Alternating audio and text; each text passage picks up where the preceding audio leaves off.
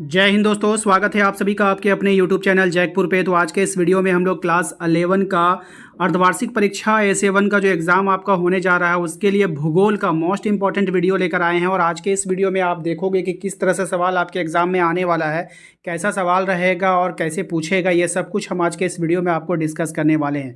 तो स्वागत करते हैं आप सभी का। और आप लोग सबसे पहले जो है इस वीडियो को लाइक कर दो एंड चैनल को सब्सक्राइब कर लो, क्योंकि आने वाली हर एक वीडियो का नोटिफिकेशन जो है फिर आपके मोबाइल पर नहीं जा पाएगा अगर आप उसको सब्सक्राइब करके नहीं रखते हो। तो चलिए स्टार्ट करते हैं। देखिए, सबसे पहले जो है आप लोग का जो इंटरफेस आपको पेपर का मिलेगा वो इस तरह से मिलेगा। ठीक है, आपको वहाँ पे विषय लिखा होगा, समय लिखा होगा, पूर्णांक लिखा होगा और वहाँ पे कहा जा रहा होगा कि ये प्रश्नों की संख्या जो 40 है और सभी प्रश्न अनिवार्य है और प्रत्येक प्रश्न के लिए 1 नंबर आपको दिया जाएगा और 4 विकल्प होंगे। याद रखिएगा, OMR सीट पे आपको आंसर करना है, उसके 4 ऑप्शन होंगे। मान लीजिए यहाँ पे ये ए है, ये बी है, ये सी है और ये डी है। नीचे 4 ऑप्शंस रहेंगे। अब मान के चलिए कि क्वेश्चन नंबर 1 का आंसर अगर सी है तो सी के नीचे वाला को आपको गोल करना होगा। ठीक है, तो ये चीज़ आप लोगों को आता है अच्छे से। अब देखिए, गलत उत्तर के लिए कोई भी अंक नहीं काटा जाएगा। ये तो आप लोगों को पता है कि गलत अगर आपका होता है तो कोई भी नंबर नहीं काटा जाएगा। तो चलिए शुरू करते हैं और भूगोल के 40 ऐसे सवाल देखेंगे जो आपके एग्जाम में पूछे जाने की पूरी संभावना है। चलिए स्टार्ट करते हैं। सबसे पहले सवाल पे देखिए, सबसे पहले सवाल में आपसे पूछा गया है कि भौगोलिक अध्ययन के क्रमबद्ध उपागम को किस भूगोलवेत्ता ने प्रवर्तित किया था। तो इसको किया था अलेक्जेंडर हमबोल्ट ने किया था। किसने किया था? अलेक्जेंडर हमबोल्ट ने किया था। अगला सवाल है, निम्नलिखित में से कौन सा विषय कालिक संश्लेषण करता है। तो कौन सा विषय जो है वो कालिक का संश्लेषण करेगा? तो वो करेगा आपका इतिहास। इतिहास जो है कालिक संश्लेषण करता है। नेक्स्ट है, पृथ्वी की और सूर्य की औसत दूरी कितनी होनी चाहिए। पृथ्वी व सूर्य की औसत दूरी जो है वो कितनी होनी चाहिए? तो ये होता है आपका 14,95,98,000। ठीक है, ये होनी चाहिए। ठीक है, नेक्स्ट है आपका कि निम्न में से कौन सा तत्व वर्तमान में वायुमंडल के निर्माण के संशोधन में सहायक नहीं है। तो यहाँ पे कौन सा तत्व ऐसा है जो है सौर पवन, गैस उत्सर्जन या फिर विभेदन या प्रकाश संश्लेषण। तो ये विभेदन नहीं होगा। ठीक है, बाकी सब होता है। अगले सवाल पे, दक्षिण अफ्रीका में सोने की खान कितनी गहरी है। दक्षिण अफ्रीका में जो सोने की खान है वो कितनी गहरी है? तो 3 से 4 किलोमीटर गहरी होती है। अगला सवाल है आपका, गुरुत्वाकर्षण बल ध्रुवों पर अधिक और भूमध्य रेखा पर कम क्यों होता है। तो गुरुत्वाकर्षण बल जो होता है वो पृथ्वी, याद रखिएगा क्या होता है, पृथ्वी के घूर्णन के कारण जो है ऐसा होता है कि ध्रुवों पर अधिक होता है और भूमध्य रेखा पर जो है कम होता है। स्थल मंडल की मोटाई जो है या गहराई कितनी है। तो स्थल मंडल की मोटाई या गहराई जो है वो 200 किलोमीटर है। कितनी है? तो 200 किलोमीटर है, इसको याद रखिएगा। भूगर्भ में, यहाँ पे देखिए क्वेश्चन नंबर 8 पे, भूगर्भ में ध्वनि तरंगे के समान चलने वाली तरंगे क्या कहलाती है। तो ये कहलाती है आपका प्राथमिक तरंग। ठीक है, ऑप्शन ए इसका राइट आंसर होगा। अगला सवाल है कि रिक्टर स्केल से क्या मापा जाता है। तो रिक्टर स्केल पर जो मापा जाता है वो भूकंप की तीव्रता को मापते हैं। ऑप्शन बी इसका राइट आंसर है। अगला सवाल है कि महाद्वीपीय विस्थापन सिद्धांत सन 1912 में किसने प्रस्तावित किया था। तो ये जो सिद्धांत दिया था अल्फ्रेड वेगनर ने दिया था। अल्फ्रेड वेगनर ने दिया था। ऑप्शन ए इसका राइट आंसर होगा।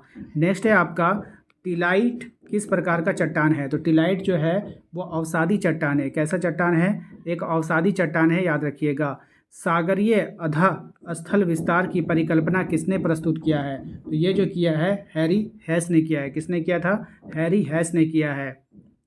नेक्स्ट है आपका, पोलर फ्लाइंग बल निम्नलिखित में से किससे संबंधित है। तो पोलर फ्लाइंग बल जो है वो पृथ्वी के घूर्णन से संबंधित है। पृथ्वी के घूर्णन से संबंधित है। निम्नलिखित में से कौन सा एक अनुक्रमिक प्रक्रिया है। तो निम्नलिखित में से जो अनुक्रमिक प्रक्रिया है वो पटल विरूपण है, विरूपणी है। कौन है? पटल विरूपणी है। ऑप्शन सी इसका राइट आंसर होगा।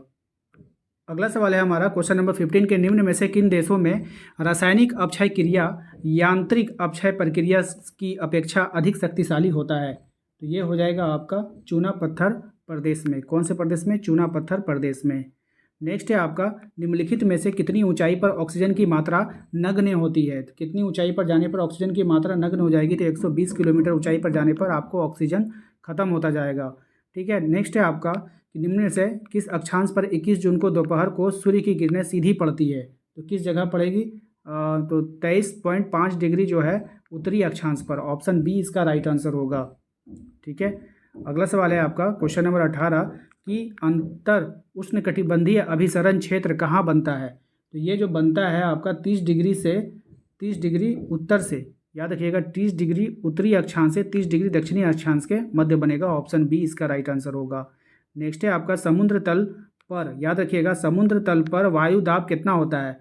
तो समुद्र तल पर जो वायु दाब होता है ये 1013.25 मिली बार होता है। ठीक है, 1013.25 मिली बार होगा।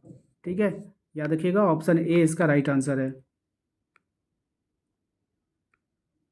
अगला सवाल है हमारा कि उष्णकटिबंधीय चक्रवात को ऑस्ट्रिया में किस नाम से जाना जाता है। तो उष्णकटिबंधीय चक्रवात को विली विलीज के नाम से जाना जाता है, विली विलीज के नाम से।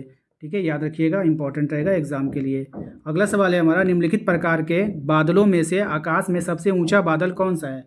तो आकाश में सबसे ऊंचा बादल होता है पक्षाभ मेघ। ऑप्शन ए इसका राइट आंसर होगा।